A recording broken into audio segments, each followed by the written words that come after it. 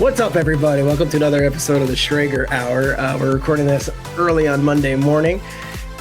Today's episode is going to be dedicated to your fantasy football drafts. I love fantasy football. I've been playing it in one league, my East Coast Dream Team League, for 29 years. I have a 9-year-old son. I now share a team with my 9-year-old son, with other dads and their sons, and it feels like this is going to be a part of my life the rest of my life. And you want to nail the draft. So bringing on two of the best experts in a bit. Field Yates, representing ESPN, and Hayden Winks, who's a voice that I just got to know the last couple of years when he was at Underdog. He's at Yahoo now. We're going to bring Hayden on, and he's going to talk, and we're going to give all of our tips for your draft, our sleepers, our thoughts, and insights from talking to people around the league, but also doing about 1,000 mock drafts over the last couple of weeks. Real quick, news of the day. Deshaun Watson gets named the starter in Cleveland. What's that tell me? It tells me that he outplayed Shedeur Sanders all summer, and the guys in the locker room know it. I know that's a very basic explanation. I know you want to be outraged over the way that his press conference went on Saturday, where he said that the home fans were booing him, and he was unhappy with that, and it came off as tone deaf. Say what you want. The guys in the locker room and the coaching staff know, and it's hard to go start the season if the better quarterback doesn't win the job when you say it's an open competition. So Todd Monken goes with Watson now. It doesn't mean Watson's the quarterback in week 3. Doesn't mean Watson's the quarterback in week 5. Doesn't mean Shedeur is now banished from the face of the earth. It just means that Deshaun Watson will start the season for the Cleveland Browns. And if they get off to a decent start, who knows? Maybe he starts winning some of those fans back, and it's a different story that we're telling. But right now, that was the news of the day on Monday. Number 2, I've gotten a lot of feedback on my Giants love all summer. And time again, I am bringing up clips of Harbaugh or Odell Beckham or positive stuff from Scattaboo or Patrick Ricard, and I'm being accused of being a Giants homer. I am not a Giants homer. I am not doing this every summer. This summer specifically, I believe the Giants are going to be a better team and a tougher team than they've been. And I could take that from being, at practice. I could take that from talking to people in the building, and I could take that from seeing how they performed in a couple preseason games, just a little different feel than it's been in recent years. But I also want to take it from the players. Here was Jameis Winston talking about the Harbaugh Giants after their win on Saturday against the Dolphins in a meaningless preseason game. Do you appreciate the coach, the way that he doesn't look at incumbents? He looks at the challenges and the battles at every position, and he's got even the veterans really working really hard to make a spot. Well, I'm just grateful for Coach Harbaugh's leadership. He holds everybody to a standard, just like he holds himself. We see him grinding and working and studying hours and hours of tape and communicating with the quarterbacks, communicating with the offensive line, communicating with the defensive line, communicating with the DBs. He has his hand in a relationship with every position group, and I think that speaks volumes because he's holding everybody to that standard, coaches included. The word's accountable, isn't it? Well, I think it's intentional. He's obsessed with football. He lives, sleeps, and breathes it, and he invites us to participate with being obsessed and being in love and sleeping and breathing it. You can see by the challenging training camps that we have and how close that we're coming together as a football team. This is real, guys, and I know I might rue the day, and I might get freezing cold takes to throw this in my face. But to a man, when you hear it from Odell Beckham, who's been in the league forever, and you hear it from Jameis, who's been in the league for 10 plus years, and you hear it from player to player to player about how tough these practices have been and how accountable everyone has been, it's hard for me not to say, okay, based on the roster, which I think is very good, based on my belief in the quarterback, I'm a Jackson Dart believer, and based on a new culture and a coach, it's hard for me to say, the Giants are going to suck again. I know it's a quote from Jameis. Jameis gives great quotes, and I know Jameis could have said this about it. It feels real. It feels like this Giants team is all going in the right direction, and I will stress this again. 13 days away. This wasn't 6 months away. This isn't boot camp by any means. 13 days away in West Virginia, living in basically dorm rooms where there's no nightclubs to go to at night. There's no restaurants off-site you're going to. There's no families that you're tending to. When you're just all together, 13 days together. Think about your company, whether you work in finance or you work in, the civil service. Or if you went away with your work colleagues for 13 days without your families, you're either going to come apart at the seams or you're going to come out there as one. And to a man, everyone says this Giants team came out of that West Virginia trip on the same page and came together as one. So I am not backing off my Giants. What would you call it? My bullish take on the Giants. I believe the Giants are going to be better this year, and I do believe they will compete for the NFC East division title in Harbaugh's first year. Speaking of the NFC East, best moment of the weekend by far. The same week that I said preseason games don't matter, and unless you're just a sicko and you're looking just to watch football, there is no reason to watch these games. We had an unbelievable moment, an unbelievable performance in Arizona when the Cowboys were playing the Cardinals. And there's a player, an undrafted player who is 6'9", okay, who went to Kentucky, but before that was at New Mexico State and is from New Mexico, and went to high school at Shiprock in New Mexico. His name is Shiyazh Pete.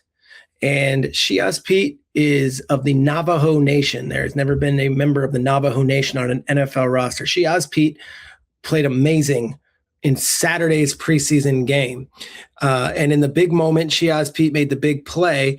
And afterwards, Coach Brian Schottenheimer allowed him to address the locker room. Take a listen to the Cowboys locker room where Shiyazh Pete got a chance to speak to his teammates. One, things to clean up for sure always is, right? Okay? But the play style's right. It's right. I'm proud of you guys for that. But I saw something I've never seen before. 25 years in the NFL. An entire section cheering for one man. That man's gonna break us down!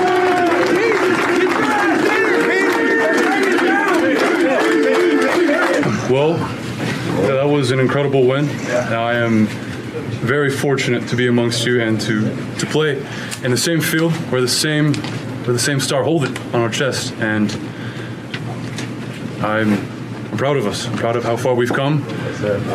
Man, this game, fate brought us here as strangers, but this game, this star, this team will make us brothers. Yes, sir.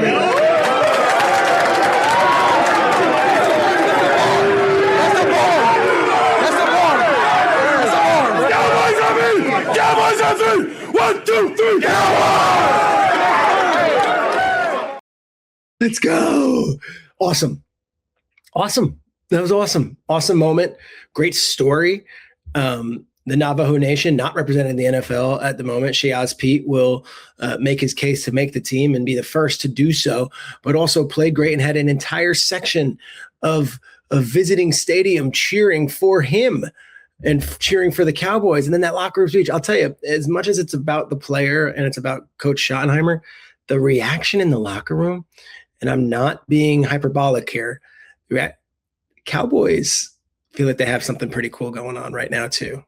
To rally around their brother, and like that was just prose. That was Shakespearean what he said in there. Fate brought us together, but the star brings us as brothers. Like that is real, and that is inspiring, and it is awesome, and it's a great locker room speech. But Cowboys feel like something's different this year, and it feels really, really cool watching them come together this summer. I saw one of their reporters was doing a whole deal about how Jerry's not been much in the spotlight. And Jerry's kind of been in the background, and it just feels a little different. Now, it's been 31 years since they played in an NFC championship game. Are they good enough to get there? I don't know. And does Shiyazh Pete's post-game locker room speech mean anything when it comes to late December games in the NFL? No. But if you're getting any indication about this locker room, that was a cool window right there. And I'm bullish on two NFC East teams, and it's not the Eagles or the Commanders. It's the Giants and the Cowboys. Last week on this podcast, I said, Jameis Winston's my favorite quote in the NFL. Juju for a while was great and magic on the podium, but there is a dark horse coming to win that award. It is a young cat who anytime is in front of a camera or in front of a microphone seems to dazzle with his words, his prose, and his authenticity. Is he a little bit quirky? Yes. Is he very endearing? Yes. This was on the ESPN broadcast Thursday night after not playing well at all against the second team Houston Texans defense in a game where he could have been hanging his head. This was Laura Rutledge, by the way, one of the best in the world at what she does, with Fernando Mendoza, who, by the way, as a subject of an interview, might already be the best at what he does during the third quarter of a game where he did not play great. Take a listen. Please do. And please tell Mr. Buck I say hello. Oh, we love it. There you go. What about Mr. Aikman? Oh, of course. I mean, he's a legend, you know. I think Mr. Buck needs some more love because, I mean, Mr. Aikman's already, you know. Well said, Fernando. You nailed it. Thank you. God bless. Back to you guys. See, there it is. Back to Mr. Buck. That's the stuff. I mean, he is unique. And, I'll take that. We'll take the love from Fernando Mendoza. And he says all the right things. Sometimes it's very vanilla. But boy, does he think he represents himself really, really well. What a refreshing personality he is. Yeah. Is that the term? Refreshing? Backstory here. Buck's an Indiana guy. Buck went to Indiana. I was at the national championship game, Miami versus Indiana in Miami. And I'm there and I'm walking around and someone says, oh, there's an ESPN suite of, like Stephen A. Smith's up there and Kenny Smith's up there and a couple of ESPN folks are up there. And Joe Buck was there with Michelle and his daughter. And Buck was all Indiana'd out. Like, I've never seen Joe as a fan, but it looks like his team is the Indiana Hoosiers. And I have a couple friends and they are Indiana Hoosiers people. My friend Danny Glazer, who's been on this podcast before talking Jets, puts it very simply. He's like, it was a overnight thing. Like, these Indiana fans, and there are some who will say, oh, I've watched Indiana football since Antoine Randall L, or I go back to, whoever it was, Lee Corso, whatever. There are realists. And this Indiana ride last year was so fun. 16-0. And they win the national championship. And Mendoza makes this amazing play. And my friend Danny's like, I can't claim it like I would Indiana basketball. I can't claim it like I can claim the Jets, but I can claim that was a magical 6-month run. And Mendoza will forever be my favorite quarterback because of the gift that he gave me and my friends who went there. Joe Buck is an Indiana grad. You would think that he's got a reservoir of football memories calling these games. Yes, maybe St. Louis Cardinals as a kid and maybe whatever other teams that are in the St. Louis area, but like, to watch Joe during that game be an Indiana fan was really cool. And I think there's a soft spot for what Mendoza did. And I love the fact that he's like, I think Mr. Buck deserves more love. Fantastic. And Rutledge is great. Laura's funny. She's like, oh, good job. Congrats. Just fantastic. I love that moment. It's amazing that these are the moments from preseason that are stealing our hearts and that I'm remembering. I can't tell you one thing about Woody Marks's running style during the games, even though he played well. I have no thoughts on what the Giants third stringers did, because I honestly think the preseason games, this might get me, in trouble with my bosses, but like, these preseason games are tough to watch. I know that at the end of the roster and the families of the people at the end of the roster, this is awesome, but like, it's hard to go wire to wire. And I thought Mike LaFleur actually opened a bit of a Pandora's box in his press conference talking about it. So these joint practices are awesome. If you've ever been to one or you ever have the opportunity to go as a fan, it is hard hitting. It is competitive. It is spirited. You're going to see fights. We saw one in Jets Bucks. We saw one also this week. The Saints had one. I forgot who they were against, but you see them. And it's because tensions are high.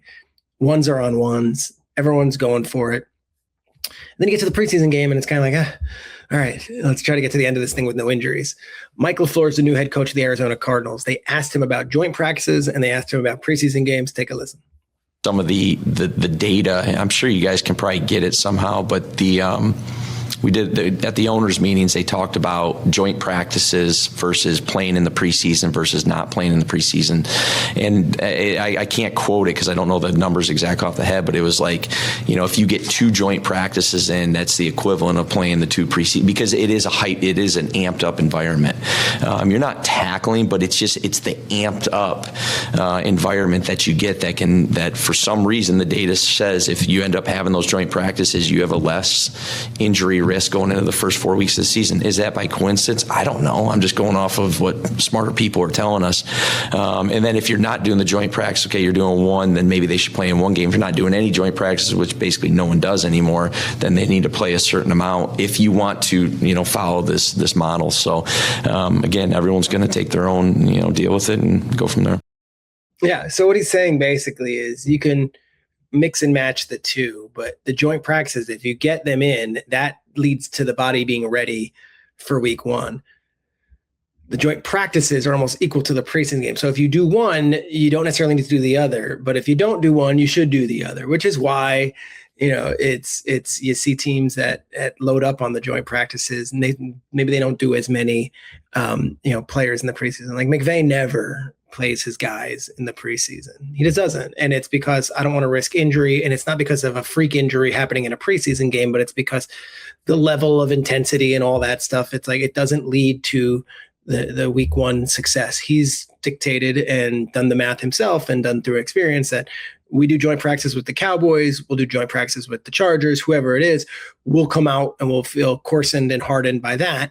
And the intensity is different than it would be in a preseason game, even though the preseason game has the stadium and the lights and the introduction and the broadcast crew. It's just interesting because I think at the end of the day, I think if the league office had it their way, they'd love they love having the ticket sales. They love having the attention. They love having the content, and they love having the ratings. When you see something like a Panthers Cardinals preseason game outrating, a Stanley Cup Finals game or whatever we had this year, they love all that. But I don't think they love the product. I don't think anyone loves the product. So is there a way we can monetize? And again, I think of it with a capitalist lens because this is the NFL and this is just, I'm being a realist here. Is there a way we can monetize if you're going to do these great joint practices? Can you monetize them by maybe broadcasting joint practices and airing those in prime time and building specials around that? Like Eagles are playing Patriots. Let's bring our broadcast crew there. Let's film that. Yes, you'll maybe also get the preseason game, but like, you better believe it. Watching the ones go against the ones, Eagles, Patriots, that is good. And it's kind of done now on shaky cell phone footage and, necessarily anecdotal stuff from the beat reporters saying this guy went 7 for 8 in practice and da-da-da-da-da. Just something to think about. And Mike LaFleur is a forward-thinking guy, and he's making the case that the joint practices might be as the same value as the preseason games. We have our fantasy football stuff coming up. I want you guys to listen, enjoy, take notes. I would also note that after the fantasy football discussion, I'm going to get back into my golf bag. Yep, this has been a hit the last few weeks, golf. Us talking golf, us getting stuff done, and the beauty of the golf fandom that is becoming very evident in the YouTube comments. Real quick, last week I gave a review of a restaurant, Graciela, in New York City. It was one of the best dining experiences I've ever had. It's an Argentinian steakhouse. It's brand new. It's incredible. It's good. Different experience this week. I had to go to Long Island on Wednesday, and usually if I've got to go out there, I take something called a jitney or a bus, and it's you and 40 other people on a bus, and it's a 2-hour ride, and you hop on because my wife has the car. I can't use the car, so I got to go out to Long Island, and I'm going to take this bus out there. It's fine. You get there. It's 2.5 hours. But if you can ever get a ride anywhere out of New York City and someone's willing, you take it. So I was linked up with this guy named Aaron, and Aaron is a diehard Jets fan, great golfer himself, successful guy. Aaron says to me, you can get a ride. Obviously I'm driving out there anyway. Come in my car. I'll give you a ride.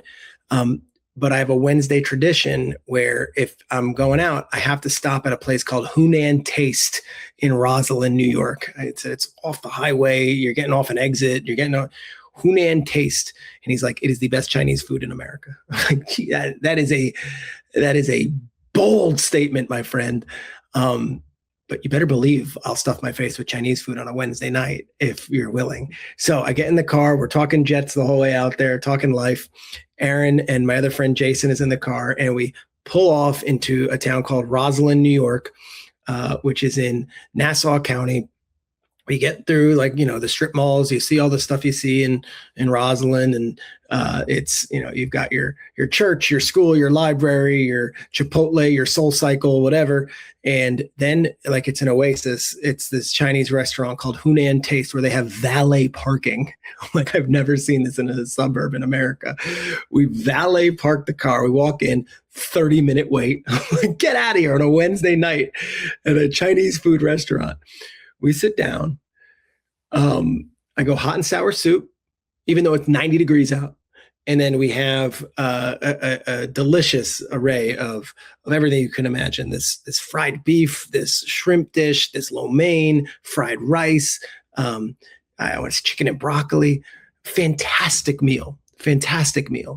I don't go to Roslyn, New York ever. So if I'm in Roslyn, New York, I'm going to Hunan Taste, I guess. We're full to the brim. We have our fortune cookies. We're leaving. Guy comes up to me. He's the owner, Calvin. He says, Adam Schefter eats here every Sunday night. What? Adam Schefter eats here every Sunday night. It's his tradition. I'm like, get out of here. So he gives me a hat.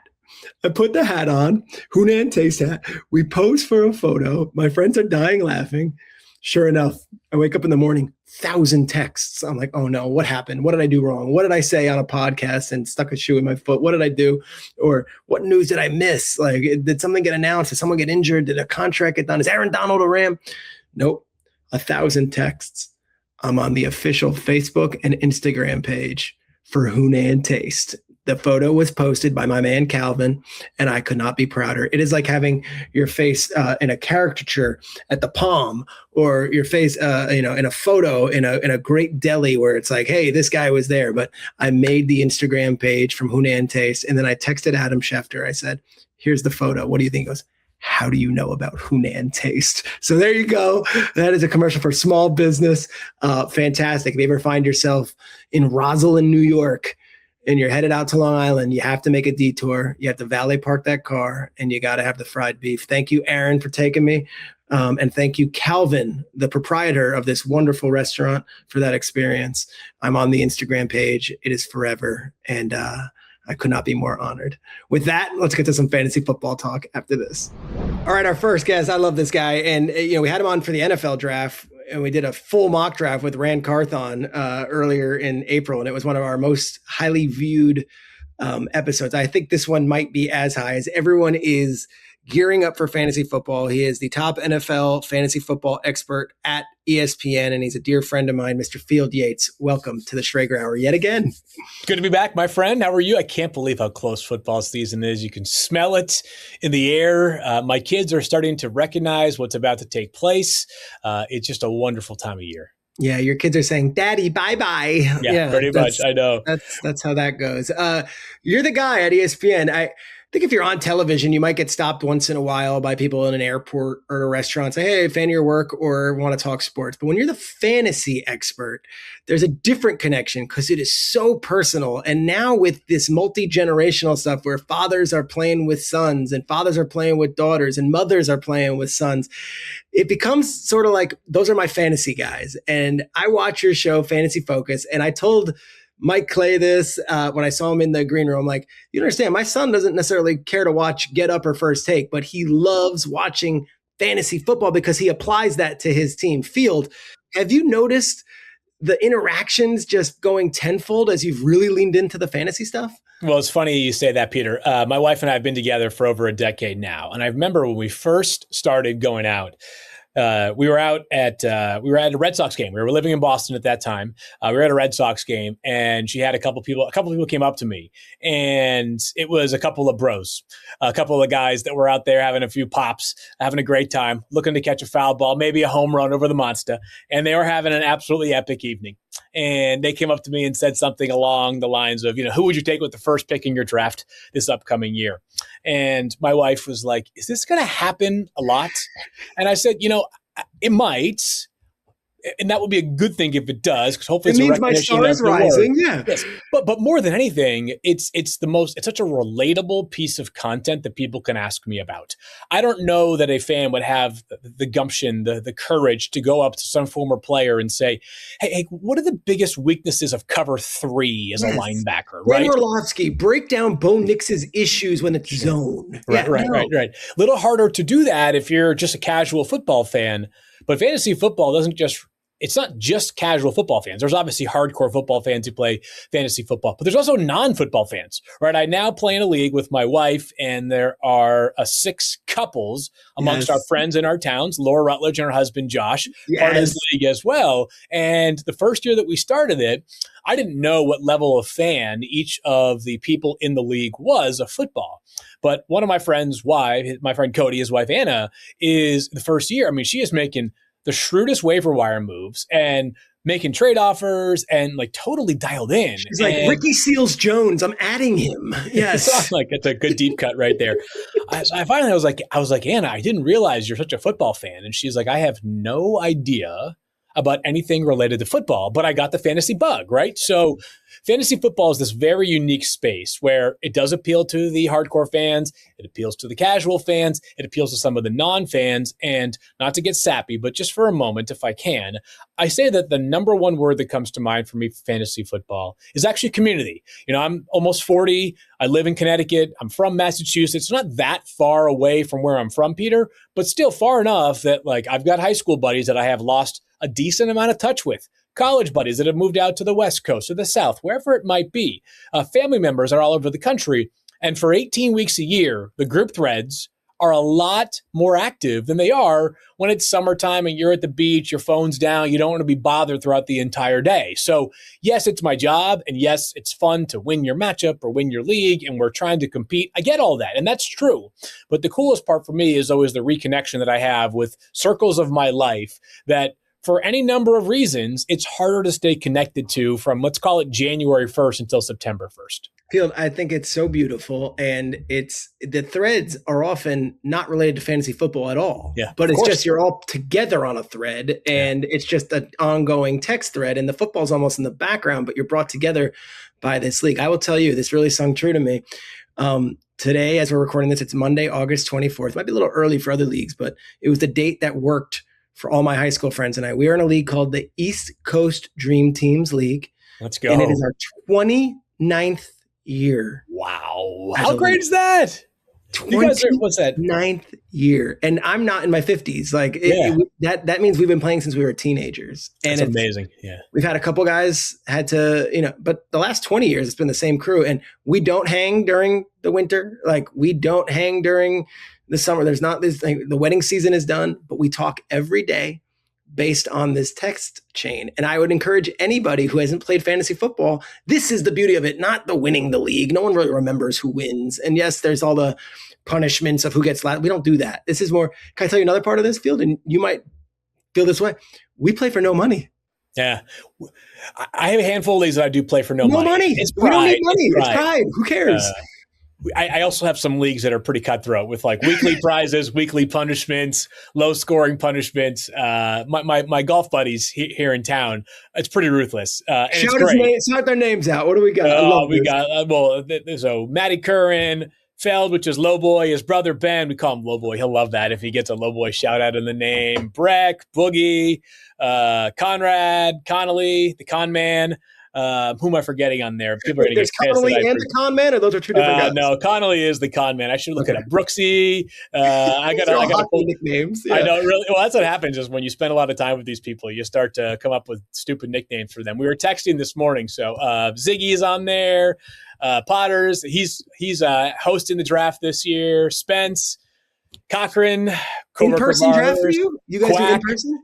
In-person draft. Yeah, we're looking forward to it. I think I got everybody there. Did I say Breck? If I didn't say Breck, I got him. I'm sure I forgot one person. I'm in big trouble if I didn't. But we have a great time. And every week we spin the wheel. and whoever has the lowest score spins the wheel and has to do a punishment. Now, some of the punishments were actually fun. Like the one punishment is whoever, if you lose and you spin the wheel and you land on a round of beers, you gotta pay for a round of beers, which is a punishment, but it also means we're all going to hang out again. Exactly. Right. It's kind of a prize. There's also like, a hot sauce shot, beer mile, things like that. So things that are not as enjoyable to do, but some of the good ones actually get the camaraderie high. So I will always vouch for, I'm cool with people that want to play for pride because of the community aspect that we talked about.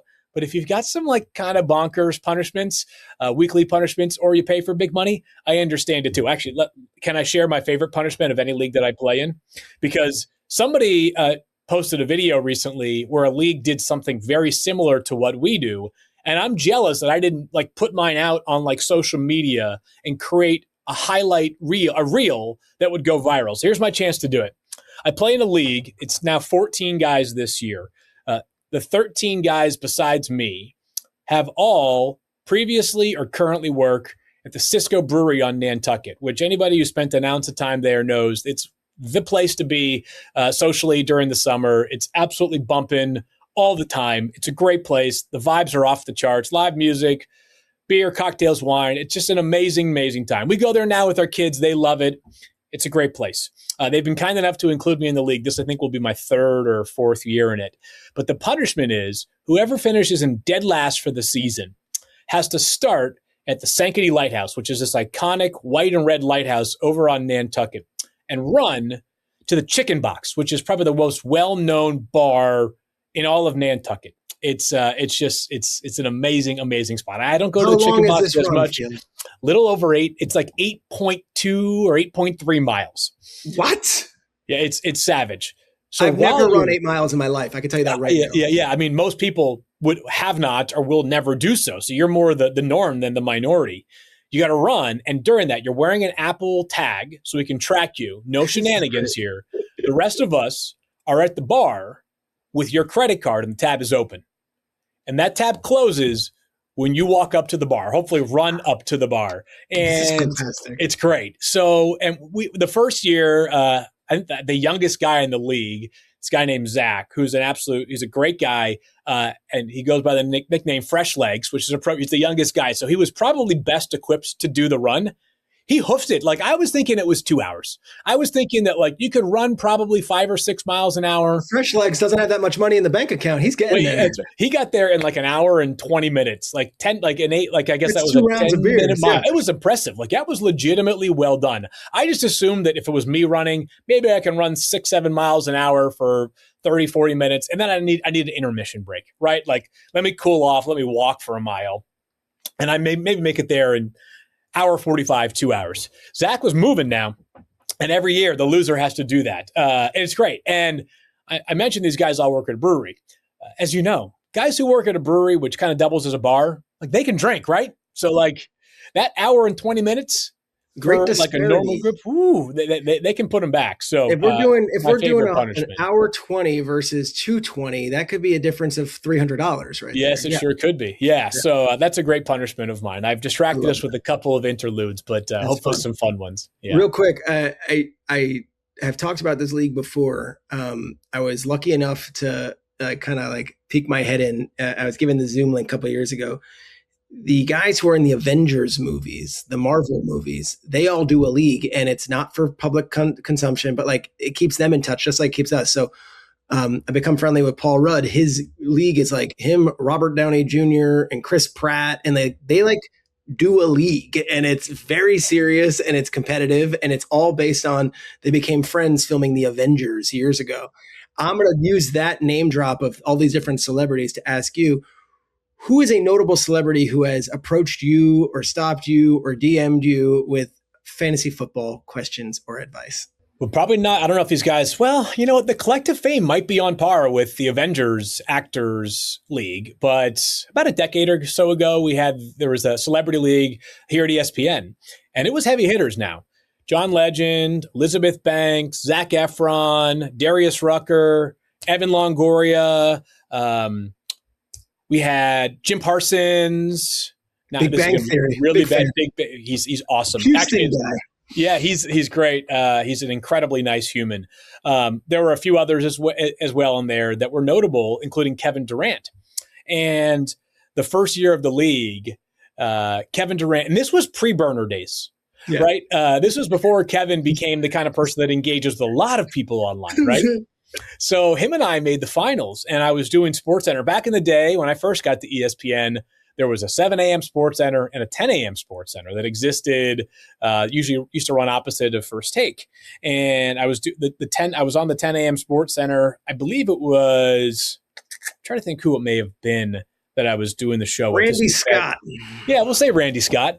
But I think it might have been Jay Crawford, actually. But anyways, we're sitting there, and they're like, we have something to show you. It was championship week. And I'm going to see if I can find this. I was trying to look for it this morning, but I had my kids with me, and I couldn't quite figure it out on my phone. But if I get it, I'll send it to you.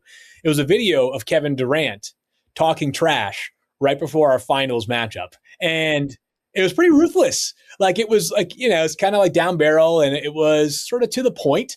Like personal, like, hey, Field, you're this. More so this, like, this, you're going down. No, like, you're going down. Like, I'm about to destroy you. I wanted Kevin Durant to know your greatest vulnerability is like, Field, you'll never be what your father wanted you to be. Like, whatever. Yeah. You'll never win that one league. Hopefully I will. And he absolutely destroyed me in the finals, by the way. So it was like, you know what, Kevin? You got validation there. So got 3 rings. He's got 2 with the Warriors and a 3rd over you. That's right. So I knew Kevin as the kind of person that would be willing. I'm calling him Kevin now, first name basis. I knew Mr. Durant as the kind of person that would engage with basically a stranger long before Twitter knew him as the kind of person that would engage with many strangers. I love that. All right, 2026. The drafts are starting now. I have mine early, and you're also doing this draft marathon on ESPN, where this will get posted later today. It's going to be over the course of the next 24 hours.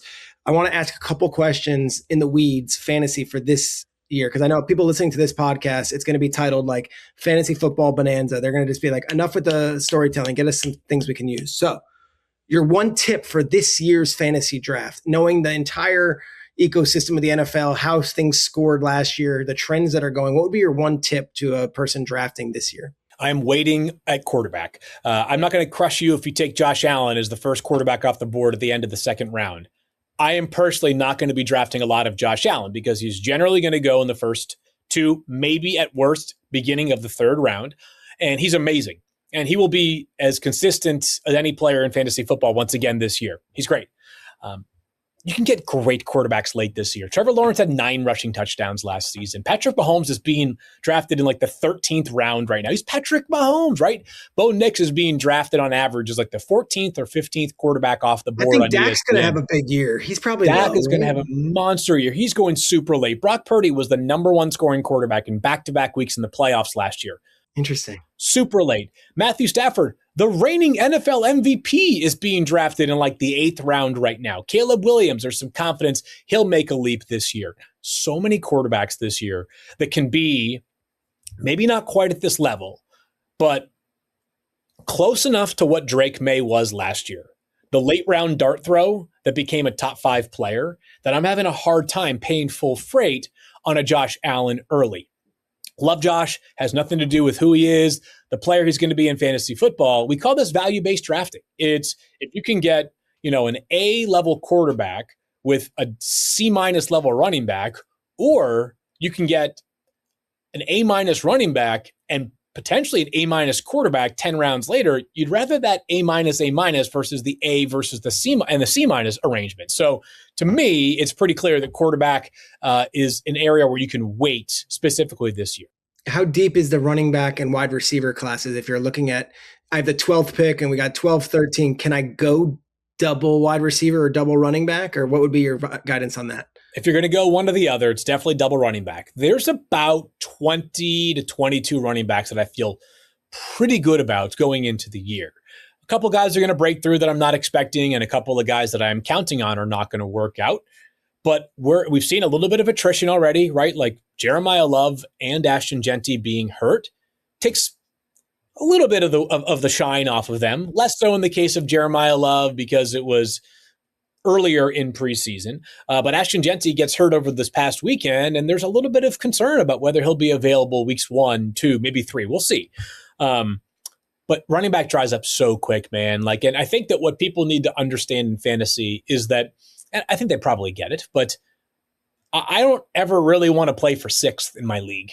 You know, maybe if you have a league which relegates the bottom team or has a ridiculous punishment for the bottom team, it's okay to aim for average.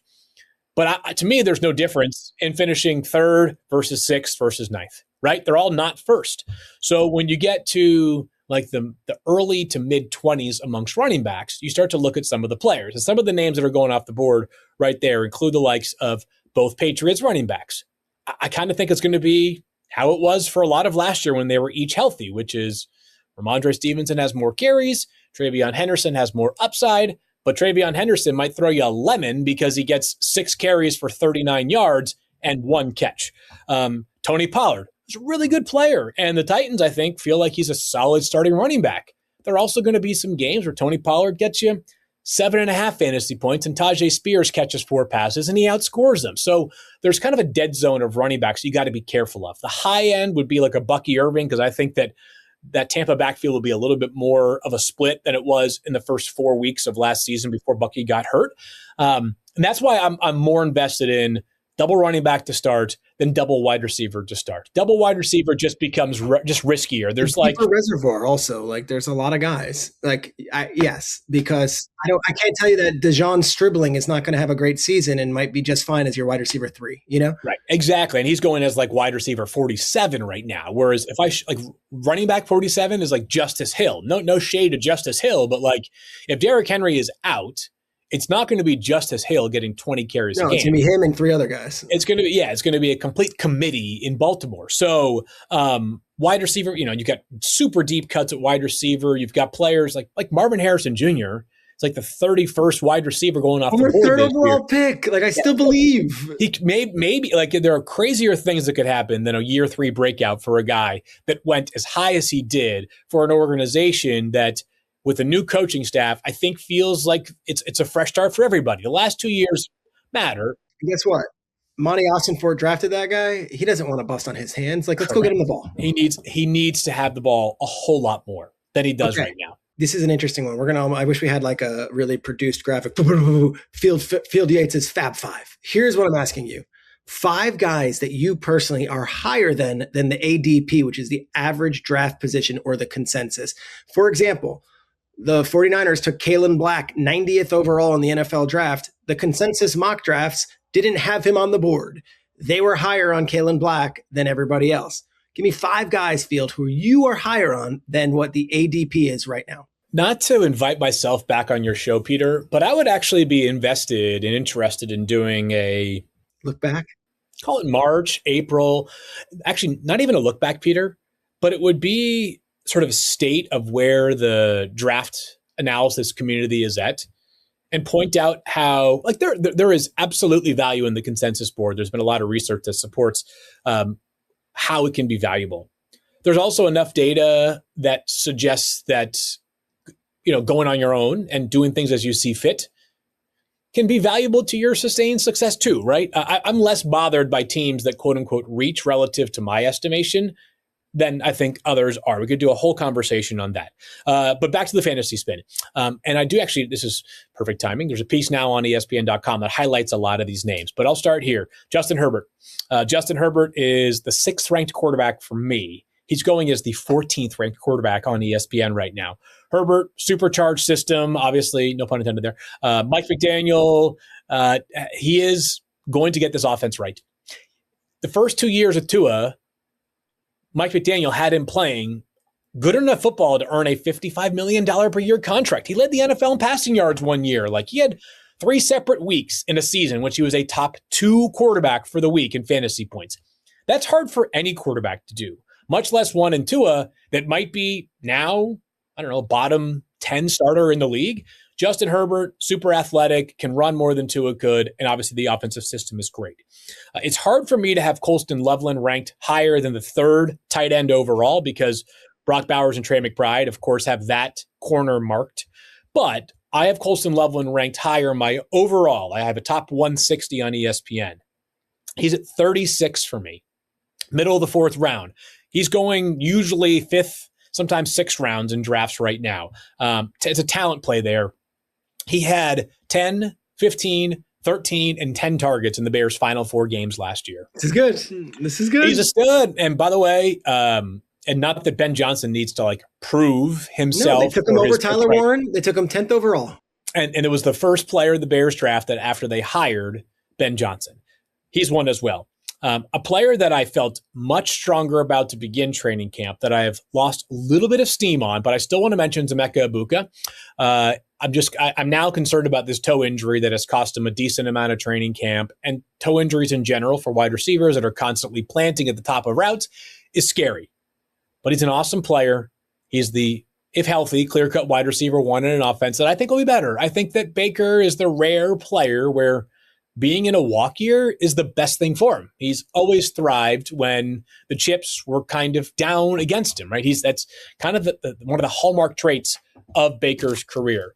I want to get George Kittle, another one here. George Kittle, which this is one that I submitted the piece before we had the information that George Kittle was going to be back off the PUP list that early. That being said, if George, it seems like right now there's a real chance he plays in week 1. Can I ask you? I'm going to interrupt. Who do you have higher, Kittle or Kelsey? Kittle is just ahead of Kelsey. I'll explain why. Okay. Kittle was the second highest scoring tight end on a per game basis last year in fantasy. And it was tied with Brock Bowers. Actually, it was a 3-way tie. Him, Brock Bowers, and it might have been Tucker Kraft, somebody who did not play as many games. This goes back to what I was talking about with I don't really care about 6th versus 3rd versus 10th. I want to finish first, right? There's just more upside in George Kittle than there is in Travis Kelce at this point of his career. Now, if you've totally crushed your draft and gotten a bunch of high upside assets to that point, and you're like, I just need a steady Eddie, like Travis Kelce is definitely steadier than many of the tight ends. He might finish as a top 5 or 6 scoring tight end. We have just not seen as much we call boom weeks from Travis Kelce as we will from George Kittle. So Kittle is a guy that I've had graded higher. You're 4 right now. We're going to go to the 5th. Yep. This is Herbert. Yep. All right. Yep. Herbert, Colston Loveland. We've got Emeka Egbuka. Yep. Kittle. And then Kittle. Who's number 5? Yep. I'll give you the other one. I've got a couple more that I can mention here. Kenneth Walker III. This is a pretty straightforward one. A team that is trying to avoid, I don't want to say they're not falling off a cliff. The Chiefs are not doing that. But what the Chiefs have a chance to do is join the Patriots in establishing a dynasty, having a clear first chapter, and then prolonging that long enough to have an eventual second chapter. And you could, if the Chiefs win the Super Bowl this year, it would still be in that first chapter. But the bottom line is that the Chiefs don't want this to be a one-act play, right? They want to keep this thing rolling here. They had a very obvious and glaring need. They could not run the football at all last year. They had 1 20-yard rush from a running back last season. 1. Kenneth Walker III had 10 all by himself. That was tied for the 3rd most in the NFL. They threw real money at the Super Bowl MVP. And Kenneth, when he was in Seattle, Walker was sometimes maddening in fantasy because I had him last year. He would get these great games and they would give the ball to Charbonnet. And I think I think that, and this is where real life scouting can influence fantasy football. I think the Seahawks felt as though Zach Charbonnet was going to do exactly what they needed him to do on every single play to the best of his capabilities. Not a whole lot more, but nothing less. Walker is the kind of guy that's unafraid to, he reminds me of a batter in baseball that might hit 247 with 52 home runs. He's Adam Dunn. Yeah, there you go. He's going to maybe Schwarber for Schwarber for a more modern, current reference. He had an absolute bomb a couple nights ago to win that game at the bottom of the 9th. Walker may run, there may be an opportunity for a 4-yard gain that Kenneth Walker III tries to bounce outside of the tackle and loses a yard. But in a different simulation of that same play, he bounces outside of the tackle box and runs for 62 yards. And you're like, you know what? 4 yards is cool, but 62 yards is everything. The Chiefs, they're going to run him into the ground. They need to. And he's a good pass catcher. $15 million. Yeah, there's a reason why. Patrick Mahomes coming off of a knee injury. They're not going to, you probably recall this, but he dislocated his kneecap against the Broncos on Thursday Night Football in 2019, I think it was, for Mahomes. Doing a silly sneak up in front, yes. How many sneaks has he done since then? Do you know the answer? Yeah, 0, exactly.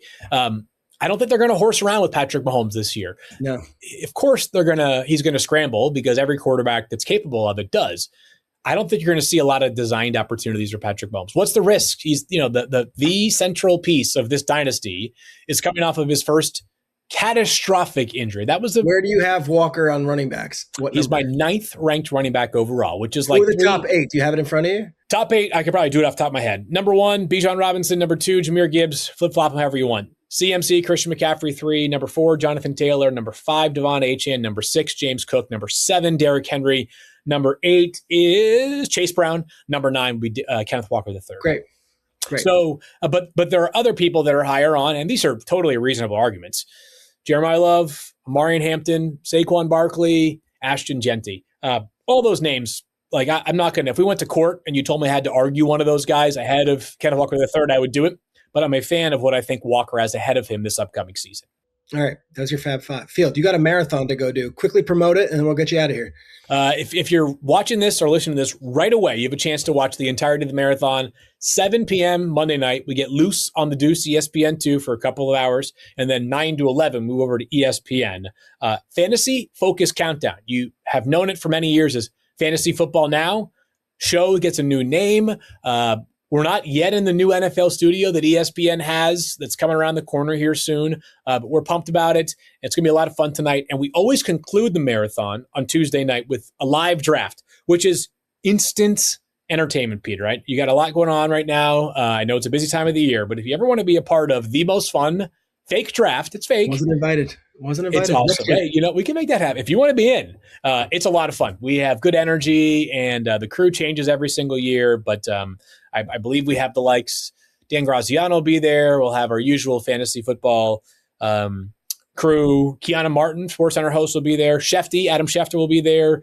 There's probably a few more that I'm obviously forgetting, but it's always a lot of fun. Tell Schefter to bring up some Hunan taste. Hunan taste. I know. I'm already licking my chops. Field, thank you so much. Good luck the rest of the way, and thank you for stopping by the Schrager Hour. You're the man. Thanks for having me on. So I follow Field Yates, but I also follow a gentleman named Hayden Winks. And I've been following Hayden for quite some time, but we had never met in person. We exchanged direct messages a couple times. Then this summer, I saw he was leaving his former company and joining Yahoo. And I was like, we got to get him on and kind of explain what's going on, where he's going to be, and what he brings to the table, because I think it's one of the better accounts as it comes to not just fantasy, but also just football in general. He brings up a lot of great points and is a fantastic analyst and gives great analysis.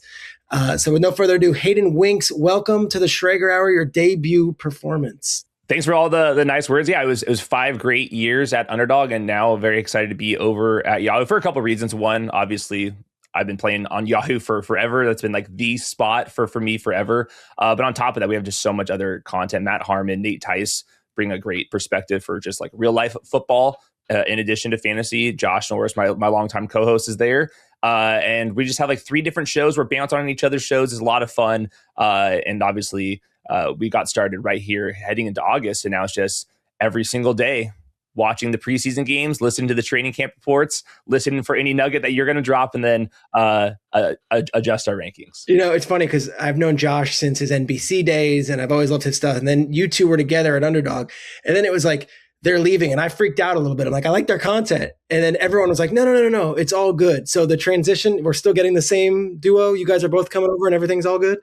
Yep. Producers the same way. Social team, same thing. It's just, different platform. And I think it's actually going to be more hours of content because Josh and I are going to be doing other podcasts and stuff. So it's only better from here. And we have a lot more help behind the scenes on top of it. So it was, the timing was right. The platform is right for us. And we're very excited. All right. So one of the things I love following your account for and listening to you is that you almost are a sponge for all information. If someone gave a tip on Parker Washington in a local press conference, you guys are on it. If we're hearing stories on Kalen Black out in San Francisco, you guys are like on it. And it's almost like this great aggregator, but you also have your opinions of it. What differentiates you guys from what you would think other fantasy analysis you're getting online? So that's obviously very important right now. And then I also for like the NFL draft stuff, any little NFL draft nugget, I love listening to that type of stuff. But I would say what separates us right now, and I think, Matt Harmon being at Yahoo for so long kind of is like the perfect example of this, is it's not just what we're hearing. It's not just what the spreadsheets are telling us. I love the spreadsheets. I'm known to post a chart here or two, but we got to watch the games. We got to have like a real understanding of what's going on there. So I think that's what maybe is separating us, is just like really looking at every little details. Like just this morning was watching the Packers offense from the last preseason. You're watching game. preseason Packers offense. I'll watch every little detail until, I don't recognize the player names anymore. Then I turn the preseason games off. But every little alignment piece, like how often they're in the slot, what exactly is going on. Like we'll get to Keaton Mitchell in a second. Like I'm just noticing things on how these players are being treated. So I would say, turning on the game film is probably my favorite part of this. And in the fantasy community, it's a lot of spreadsheets right now and not that much watching the games. I think that's kind of maybe our advantage. I love that. Okay, here's how we're going to break this down. I'm going to ask you a couple topics and you just help inform our viewers, because I think no one has done a fantasy draft yet, but by the time everyone is listening to this, it is fantasy football prep season. So this is almost like 101. This is the 2026 fantasy football draft. Here's what you need to know. Let's start off with one tip that you would give for those drafting for this year's fantasy football draft. We have to wait on quarterbacks. We do like expert leagues and then the high stakes leagues. And in those drafts, quarterbacks do not go until like, the 7th, 8th. I saw Joe Burrow go in the 10th round in that. And I think the reason why that's happening is just the depth. It's hard to make the math work. Like if we're in a league with 10 or 12 people and there's 17, 18 quarterbacks, so we can all justify as maybe top 12 guys, then I think there's a big advantage of just waiting. So like, for example, Jackson Dart, he adds Malik Neighbors and Francis Mawanoa this year. He's getting drafted well after the quarterback 12. Bo Nix, he adds Jalen Waddle. He goes after quarterback 12, even though he's been a top 10 quarterback in each of the last 2 seasons. Jordan Love, Jared Goff, nobody really even drafts those guys. Those guys can throw for 35 plus touchdowns. Brock Purdy just carries a team that really can't even run the ball all that well. He runs a lot himself. And then Kyler, he adds Kevin O'Connell, Justin Jefferson, the offensive line. I think there is pretty rock solid. And then Matthew Stafford, he wins the dang MVP, and he's not even like a top 12 quarterback. So here's my question, because Field was kind of hinting at the same thing. And does it feel like it's almost like team defense now? Like you almost wait till the end of the draft and you say, hey, who's left with quarterback? Yeah, so my favorite strategy is wait and grab 2 of those guys that I kind of just named. And I'm breaking ties in favor of the wide receivers and tight ends that I drafted before. So like, for example, if I had already drafted, Christian Watson, Matthew Golden, Jaden Reed, and it's Jordan Love's available, then I'm going to lean towards Jordan Love. Why is that? You get the double. Why would you? Isn't that all fantasy? Like, who cares? The main advantage is if you've already drafted your wide receiver in the 4th round, you're expecting him to be good. The only way that he's going to be good is if his quarterback is good. So it's kind of one of those. The same thing. Yeah. It's like a little correlation. And like, if all things fall apart, now you're like, your team's really going to be bad, but we're trying to come in first place here. So team stacking, especially with tight ends, especially with wide receivers and the quarterback, that's the move. Okay, here's my next question. I prepped you for this. Give me 3 sleepers, and sleepers don't have to be the deepest sleepers, but we're talking at least rounds 7 and below, like guys that you love that maybe aren't getting the same love everywhere else. So let's just go right to Matthew Golden. He's the wide receiver 47 on Yahoo. He needs to be drafted, I think, multiple rounds ahead of that. I'm just looking at what the Packers have been telling us, not like vocally, but just with their actions. They drafted him in the 1st round two drafts ago. Then they trade Dontavian Wicks. They let Romeo Doubs walk. Now he's in 2 wide receiver sets. Then I'm reading stuff, like you said, and he's been the star of training camp with the Green Bay Packers. I think that the film and the scrimmage game, the family night was promising for him. The preseason stuff has been promising as well. And then even last year in that part-time role, the production wasn't there because he wasn't playing enough. But I thought there was enough on tape. If Jordan Love would have just hit him a couple more times on these big post routes, that would have been a much better season. So I'm surprised he's going as late as he is. He's basically not going to come off the field. I'm not sure if you've heard this, but things I'm reading about the Packers, they want to play with more tempo. And it's been one of the slowest paced, most run heavy team for the last couple seasons. I wonder, as we kind of like get ready for the post Josh Jacobs era, and Jordan Love's completely blossomed and truly one of the most efficient quarterbacks in the league, if they're going to say, we want to play with more pace, we want to get up to the line of scrimmage, and we want to pass the ball a little bit more. And that's how Jaden Reed, Christian Watson, Tucker Kraft, Matthew Golden, all these guys could get home. But I'm going to just stake my claim in the former 1st rounder. All right. So Golden's one. Give me 2 others. All right, Keaton Mitchell, going to the preseason game.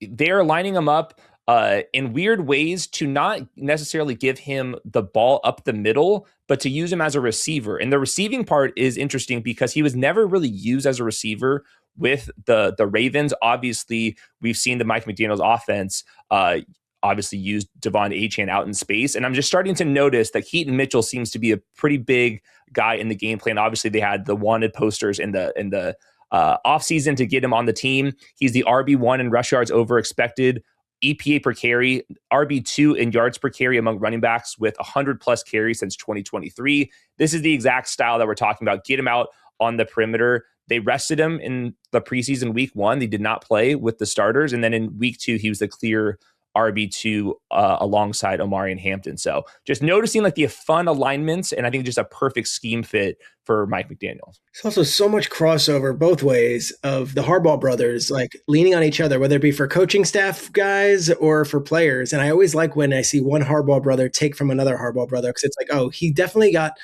the seal of approval. If they didn't like him, the brother, because they talk about everything, the brother wasn't going to be bringing him over. So it's almost like the fact that he played for John and is now being recruited to play for Jim and signed to a deal and all that, like it tells me that there is a force of momentum there and a reason to bring him in. Yep. All right. And my last one would be Mike Washington. Obviously, we have the news. We're still waiting for like the final. I was impressed the other night against the Texans. This guy stood out to me.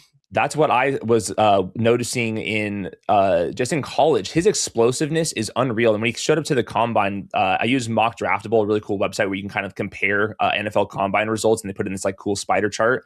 And his spider chart was identical to Adrian Peterson's. Obviously, he's not going to be Adrian Peterson here, but how many people walk the planet that have Adrian Peterson's build and athleticism? Mike Washington is one of them. He was a consensus. Did you remember him in college? I feel like he never. I watched a lot of college football. I don't remember that name, but I sound like an idiot, maybe. Yeah, he transferred a couple times, and then he was kind of in a part-time role, and this is why he's been a fantasy sleeper. I don't watch that much college football, but like once we got to draft season, there was kind of just like, who's going to be the depth running back that kind of pops up? And Mike Washington was kind of the guy in this class. He was my running back 3 in this class. He was a consensus third rounder, goes in the 4th rounds. The training camp reports have been positive on him. I think he also fits that Kubiak offense. So if Ashton Genty's going to miss, maybe a month of the season here, we'll find out soon. I think Mike Washington is like in your fantasy lineup right away. No questions asked. There's like he's your second or third running back. Yeah, I think you don't have to draft him that way, but I think that he will be probably in your flex. It's like Dylan Laube and these guys. Maybe they bring in a James Conner, but there's not that many like rock solid running backs that you can pick up at this point in the offseason. And Mike Washington's been crushing it. Those were 2 incredible runs in back-to-back weeks. And I'm pretty excited about his fit with Clint Kubiak. All right, your third sleeper was Mike Washington. Is there a fourth guy that maybe isn't even draftable, but like you are eyeing and saying maybe last round I would take him? So I think the Miami Dolphins wide receivers, no one's drafting either one of them. It's 2 rookies. We have Caleb Douglas, who was the 3rd rounder, and he was somebody that did not get a whole lot of pop in the NFL draft circles.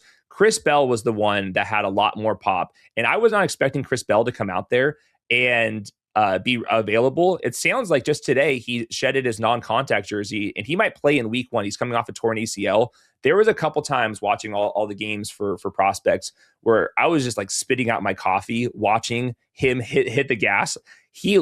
For a couple plays, he looked like AJ Brown. And it's just one of those guys where, okay, at a certain point, there's not that many guys to throw the ball to in Miami. Could one of these rookies step up and be an every down player, and all of a sudden in 4th quarters, that defense is not going to be very good. They're going to pass the ball. I kind of like Malik Willis maybe more than a lot of people as well. He's somebody that's had some really efficient moments, and he's a supreme athlete, but I think he's even underrated as maybe like a downfield chunk thrower. And Caleb Douglas and Chris Bell both have enough athleticism and the size to be every down player. So just paying attention, like you don't even have to draft these guys, but as waivers start to become a bigger and bigger thing, we collect a little bit more information on these guys. I'm wondering who steps up in Miami beyond Devon Achane. All right, this is my last question because I had on Liam Cohen on my podcast, and he was raved about all his offensive players. How do you stack their wide receivers room in Jacksonville? It was initially Parker Washington versus Brian Thomas in the offseason. And then I just can't ignore what they keep talking about with Parker Washington. Went back and watched more Parker Washington's tape.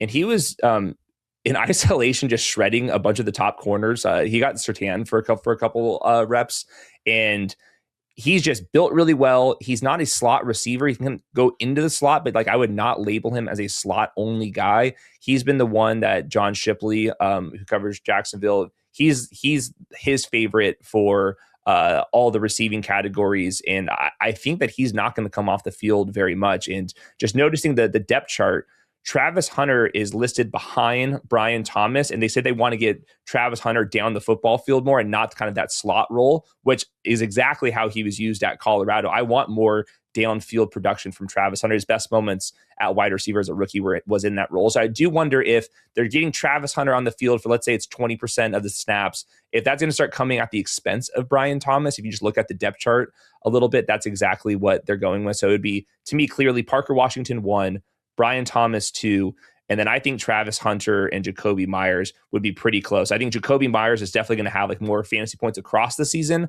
but I'm not sure if it's going to be like enough to like get him into your lineup every week, where if Travis Hunter, all of a sudden they said, our plan was cornerback, but now he's going to be a wide receiver for us. Like, I think that Travis Hunter has the potential to be like an awesome pick. Okay. Last but not least, I'm going to wrap this whole thing up, and I want to get Hayden Winks' overall feeling about the top 10 and how you guide it, because Field Yates gave us his, but I know it differs. And a lot of people, when they come up to us, they're like, all right, I got the 7th pick. Who am I taking? Can you give me your top 10, actually top 12 if you have it handy, and just kind of go through it right now, how you stack them up?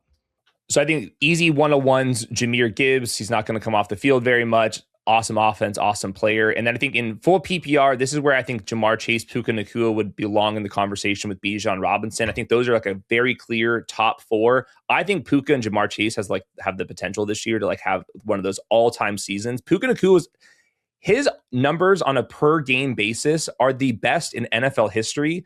And I'm a little bit worried about Devontae Adams. Like, he was very goal line dependent, but they seem to be kind of phasing him out. Like, if that's their plan and Puka Nacua is also going to be like the red zone guy, he can have one of these like wild seasons. So I think a clear top 4 for me. I have Jonathan Taylor and Christian McCaffrey up next. I keep going back and forth depending on how much practice Christian McCaffrey is getting, but I think those two guys have put up 30-point games plenty. Amon-Ra St. Brown, Jackson Smith, and Jigba would be my next 2 guys. Those guys have really awesome floors. And then it kind of goes to a tier break, and I'm with Field Yates here. I've got Kenneth Walker as my 9th overall player. This is my boldest take. He's a consensus 2nd round player. I look at the history of Andy Reid, and it's been a while because the Chiefs running backs have been so bad. But at one point, the thing that you would always associate with fantasy running backs was Coach Reid. Like, he was the guy that made it work. You had Brian Westbrook, Shady McCoy, Deuce Staley, Deuce, all the way back. Jamal Charles for a little bit as well. Those guys were like the best picks in fantasy. And I think it's been a while since Andy Reid's had a talent like Kenneth Walker. I'm anticipating the offense. I've seen a lot more under center training camp snaps from the Chiefs, which is new for them. But I think that's pretty exciting. And people forget about Kenneth Walker. This is the best offensive line he's ever played with. The Seahawks offensive lines the last 4 years have not been exactly the best. They've had like decent tackle play, but the interior has been a mess for a while. So I think it's good for Kenneth Walker as well. And then after that, CeeDee Lamb, Devon Achane, Saquon Barkley would be my next group. I think people are kind of forgetting how good Devon Achane is and how little weapons there are around him. And Bobby Slowick is at least was able to look at Mike McDaniel last year in the building and figure out exactly how to get Devon Achane in space. And I think that offensive line, the left side of it, Patrick Paul, Caden Proctor, Aaron Brewer, that's a pretty good starting 3 on the left side. You don't even have to run the ball to the right side if you have those 3 guys on the left side. So I'm taking my chances on Devon Achane. All right, Hayden, where could everyone find your work if they're preparing for their draft, and where can they find and listen to the podcast with you and Josh? Yeah, Yahoo Fantasy, Josh and Hayden, we make shows for YouTube primarily, but we also have the podcast feed, and you can follow my work at Hayden Winks, and I do a ton of writing over on Yahoo. So if you play on Yahoo, you'll see my face, you'll see some of my written work, and excited to get started. Dude, thank you. This was awesome. Great prep, and I appreciate it. Good luck this season, and good luck with all the fantasy football. All right, so those are 2 of the best in the business, Field and Hayden. They both have the similar tip, wait on quarterbacks. So do that. And then you can look at their different things. They both love Kenneth Walker, so do that. I don't know. Base football is fun. I love that we get to do that. We don't do much of it here on this podcast, so that was great. One of the things we have been doing is golf content, though, and it's taken on a world of its own. I'm getting a million different texts about the stuff we talk about, and then I'm getting YouTube comments more on the golf than the interviews we're doing. So today's story comes from a feed that I a feed that I follow called Nuclear Golf. And here's what it is. And I'm going to bring on Mark Grillo, our producer and our golf expert. Grillo, as everyone who's new to the podcast will listen, Grillo has played golf much of his life. I am brand new to it in the last 36 months. I have the bug. I'm addicted. I'm terrible, but I'm getting better. But I also know none of the etiquette. And I don't know any of these like nuances with the different country clubs to the muni courses to whatever. So this one comes from Nuclear Golf. Quote, earlier this week, live golfer Harold Varner III and other members of his live team were told that they were no longer welcome at the Bear Slide Golf Club in Indiana, and they were issued refunds after they attempted to play as a sixsome instead of in two separate groups. After being told by the starter and the pro shop that they could not play in a sixsome, the group waited until they were away from the clubhouse before joining together on the fourth hole, and they evidently played the final 14 holes as a sixsome. Bring on Mark Grillo here. I don't even know that's a problem. They're at the course. They say they got 6 guys. We all want to play together. This is some rule where you're going to get booted for life? I mean, listen, these guys are adults, you said, correct? Yes. Let's grow up and let's go to 2 threesomes, please. And not everybody needs to be together. I mean, I get it. I love being with my buddies. You love going out there with the boys and golfing. But I mean, you're holding up everybody. I mean, you got to go sixsome. I mean, it's ridiculous. Just go 2 threesomes. You get to a par 3, you want to chat it up a little bit. When you can wait there. Everybody can hit up on the par 3 and then move on with your lives. You know what I mean? What about if you're playing? How about this? Okay, I'm gonna give you different scenarios. Again, public course. There's a stacked. What's it called? A tee sheet. Yeah, sure. Yeah, I know what you're saying. Yeah. Every 10 minutes, there's a different group of 4. Everyone, but you got 2 dads and 3 kids. Can you sneak a 5 in there? No, Peter, it's meant to be 4. I mean, I don't. It's not rocket science. You just get a couple more people with you, and then do 2 foursomes. And then the punishment being kicked off the course and being told you can never come back. That seems like it's. I mean, fair. I've heard the story correctly. You said these guys are part of the live tour, correct? They're professional golfers. Yes. I mean, come on, man. Yes, get them out of here. Stop. Come on. Let's stop. I mean, they know that, but they just figured they could do whatever they want. That's enough. Okay. It's not a golf outing, is my point. Like, other people are trying to get, nobody wants to have that 6-hour round. You talked about this a couple weeks ago. Yeah. This is what leads to 6-hour rounds. Yeah. So if they're allowed to do it, then everybody else is allowed to, and then you're out there for 8 hours. I mean, it's an uncle. All right. I get upset about that. I'm trying to move, trying to keep on going when I'm out there. You know what I mean? I get it. I get it. I don't know why I'm getting so jacked up. Go ahead. No, it's okay. The other one was, and I don't know, do we have the clip ready, or are we not going to use the clip? Do we have it?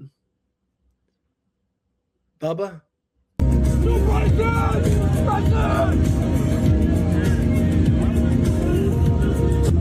you don't want to say anything now? Say something. I'm looking at you, say it.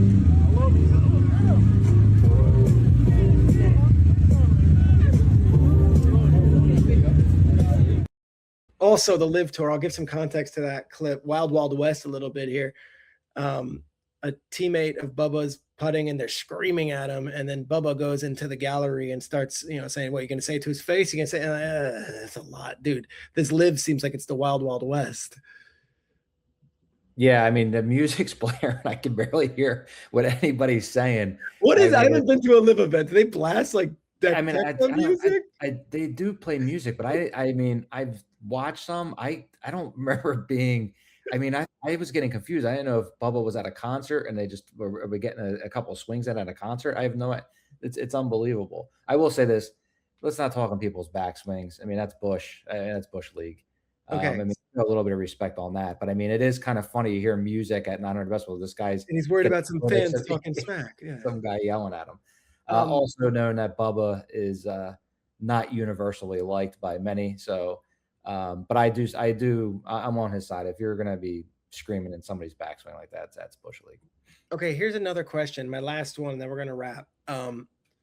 Okay, as someone is getting ready to putt, because this happened to me. I played last time, and I didn't say anything.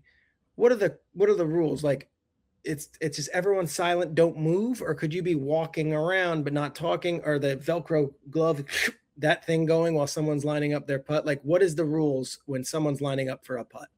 I always stand still when people are putting. I mean, when I play, I don't mind if people are moving some.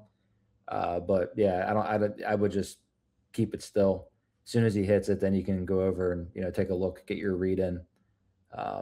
Unless you're like completely, yeah. I mean, I think that's the rule. I mean, not the rule, but that's how I play it. Okay. I mean, I have played with people that are absolutely insane, and if you move even a little bit or talk, I mean, I also play with a bunch of guys that we're talking the whole time, even in your backswing. I don't care, but it just depends. I mean, I don't know. But I mean, listen, you got music. All these people bring their, I know, they play their things. Yeah. So what's the difference between me saying something or hear, you know, Kenny Chesney in the background?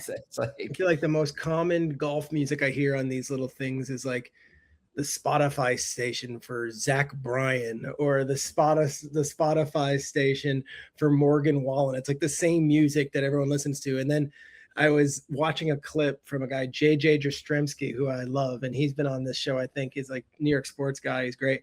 And he posted a great putt of his, but the music blaring was like the Grease soundtrack. And I was like, I just had to DM him on Instant Messenger. I'm like, or on Instagram. I'm like, JJ, the music, come on. He's like, what? It's the Grease soundtrack. It's a great song. I'm like, come on, man. Yeah, country's been the most popular I've heard around the course for sure. That's it. Grillo, great pod. We did another great Schrager hour that went an hour plus. Fantasy football bonanza. We'll have plenty more next week. I love this show. We're kicking butt. The YouTube numbers are up. Salah clip with his talking about his kids with wildfire. We appreciate everyone watching. And as always, this show is not sponsored by anybody, but I do have to give a shout out to Hunan Taste. Till next week, guys.